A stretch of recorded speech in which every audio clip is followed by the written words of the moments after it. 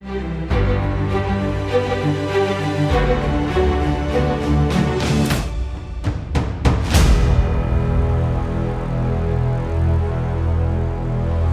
segunda parte da entrevista ao Planeta Azul, Renato Meirelles mostra que no quesito avaliação, nenhuma instituição tira mais do que nota 2, ou seja, estão todas reprovadas na avaliação do povo.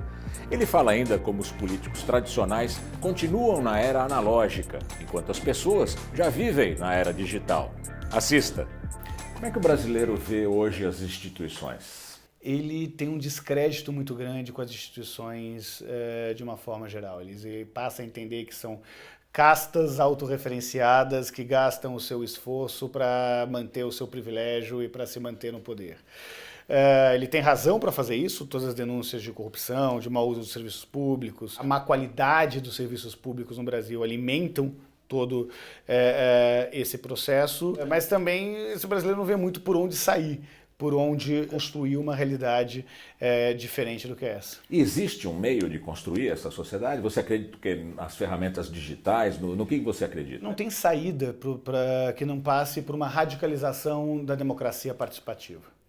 É uma descentralização de fato de alguns mecanismos de decisão, de alguns mecanismos de fiscalização. Por exemplo, hoje se eu faço uma compra na internet, eu vou lá, curto ou não curto, e faço uma avaliação daquela minha experiência. Por que eu não posso ter isso num hospital público? Eu consigo ranquear a qualidade dos serviços públicos que eu estou recebendo, por exemplo. Por que o destino das verbas parlamentares não podem ser decididas através de consultas para aquela base que foi responsável pela eleição daquele parlamentar, por exemplo? Isso aí é um voto distrital, né? O caminho de voto distrital, eu particularmente acredito num distrital misto que mantenha uma questão regional de um lado, mas mantenha o espaço para os votos de opinião do outro lado, mas que basicamente empodere o cidadão para que ele seja o responsável também pelo processo de decisão dessas pessoas. Agora, quando a gente pergunta uma nota de 0 a 10 para o Congresso Nacional, para a Câmara dos Deputados, para o Poder Judiciário, para a Polícia, para tudo, nenhum deles tem mais do que 2. Ou seja, todo mundo, não é que ficava de recuperação, tomava pau direto na visão dos eleitores. Então isso mostra um desgaste gigante, de fato, nessa relação entre governantes e governados. A que você atribui termos chegado a esse ponto? Uma dificuldade grande da classe política em se colocar no lugar do eleitor. E é uma miopia de que a demanda estava mudando. Imagine o seguinte, Rodolfo, vamos pensar os últimos 10 anos no Brasil. Nos últimos 10 anos no Brasil, eu tenho 60 milhões de internautas a mais. Eu tenho 9,6 milhões de pessoas que se formaram na faculdade. Eu tenho um processo nos últimos 10 anos de pessoas que melhoraram muito de vida e depois caíram. Eu não posso dizer que o eleitor de hoje é igual ao eleitor do passado. Só que os políticos ainda são os mesmos. Então isso fez com que os políticos passassem a falar uma língua que simplesmente não é entendida pelo cidadão. E esse cidadão não está mais afim de ficar ouvindo calado todo aquele blá blá blá da política tradicional. As mídias digitais, a circulação intensa de informações, de notícias, muitas vezes falsas notícias, vai influenciar essa eleição? Olha, a gente tem quebrado muito a cabeça para entender o impacto que essa revolução tecnológica que aconteceu nas últimas décadas está tendo no Brasil. Primeiro que essa revolução é um fato, né? A gente tem aí 60 milhões de brasileiros que passaram a usar a internet nos últimos 10 anos. Você tem o celular, o smartphone, sendo o principal device de acesso para todos os brasileiros e o único device de acesso para 2/3 das classes C, D e E. Então não existe mais essa distância entre online e offline, cada vez se caminha para ser a mesma coisa, e com isso você fica mais sujeito ao papel que os algoritmos têm na filtragem das informações que chegam para o eleitor, de um lado. Do outro lado, a gente também tem a chance de checarem qualquer mentira. Escândalos como a edição do debate do Collor e do Lula em 89, dificilmente consegue acontecer nessa nova sociedade democrática. Agora, isso não quer dizer que o papel que as novas tecnologias terão na eleição será igual foi nos Estados Unidos, por exemplo, porque a gente tem algumas diferenças. O fato de ser uma democracia de voto obrigatório e não de voto opcional. Quando você tem uma democracia de voto opcional, você tem que mobilizar um time e desmobilizar o outro. Numa democracia de voto obrigatório, onde as pessoas têm o voto útil e votam no menos pior, isso não basta. Né? Esse modelo de influência não é suficiente para garantir a decisão do processo eleitoral. Fora isso, você ainda tem no Brasil quase 30 milhões de eleitores que não acessam a internet.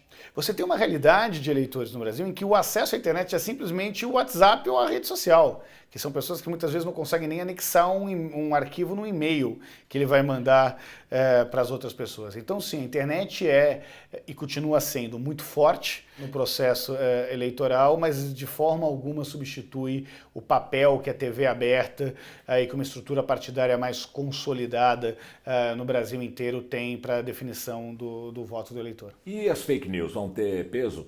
As fake news já estão tendo peso e é interessante entender o fenômeno da fake news. Né? A fake news não foi inventada agora, a fake news sempre existiu. Era a fofoca da boato, vizinha, né? Era o boato, né? que saía correndo na vizinhança. Por que ela se propaga desse jeito? Porque nesse processo em que o eleitor quer se ver cada vez mais empoderado, ele tenta reproduzir uma informação que é parecida com a dele. E não se preocupa muito em checar se aquilo é verdade ou não.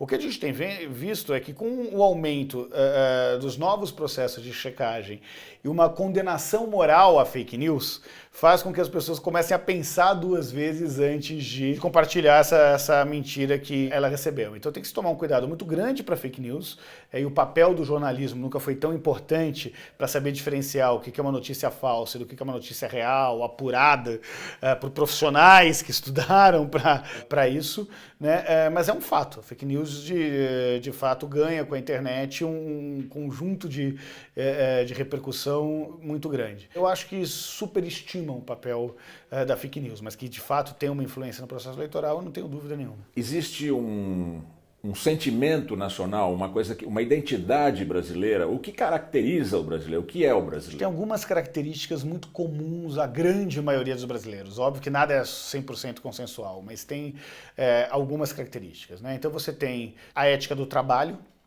o conseguir chegar em algum lugar graças ao seu trabalho e ao seu esforço. Isso é muito comum entre todas as classes e demanda a consequência disso, por exemplo, na análise das plataformas eleitorais, é uma plataforma que garante igualdade de oportunidades para que com o próprio esforço ele consiga chegar aonde conseguir e quiser chegar. Você tem a família como um valor tradicional, mas não é aquela família de margarina. Um valor da família e da união, seja essa família com a composição que for. Né? E você tem a busca pela conciliação, por chegar no melhor entendimento, por criar uma situação para que todos possam ser felizes. Eu sei que parece meio estranho falar isso nesse momento de briga e polarização política que tem, mas acredite, o brasileiro se une pelo um discurso de que tenta tirar os extremos e buscar o que é consenso, o que faz com que todos estejam ao redor de uma mesa, possam fazer um churrasco no final de semana, possam ir cantar num show ou se reunir numa partida de futebol.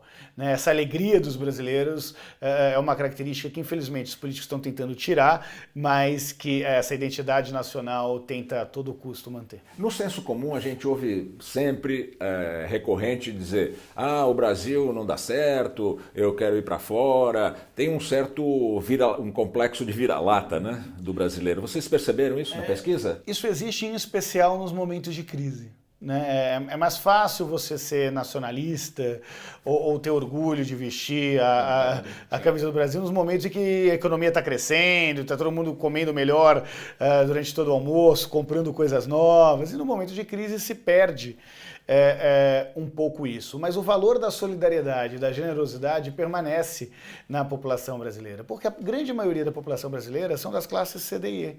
A grande maioria da população brasileira trabalha na lógica da reciprocidade, onde todo mundo ajuda todo mundo, onde a porta de casa fica aberta para você receber o vizinho, onde você consegue, em algum momento, chamar uma pessoa para o almoço, um cuida do filho do outro, já que não tem creche para todo mundo. Essa lógica da solidariedade ainda é predominante, ainda bem, no Brasil que vivemos.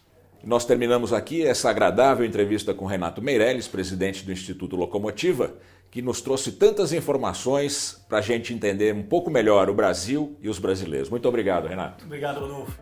Se você gostou da nossa reportagem, se inscreva no nosso canal no YouTube e nas redes sociais. Divulgue e compartilhe o Planeta Azul, a sua revista digital independente e polêmica.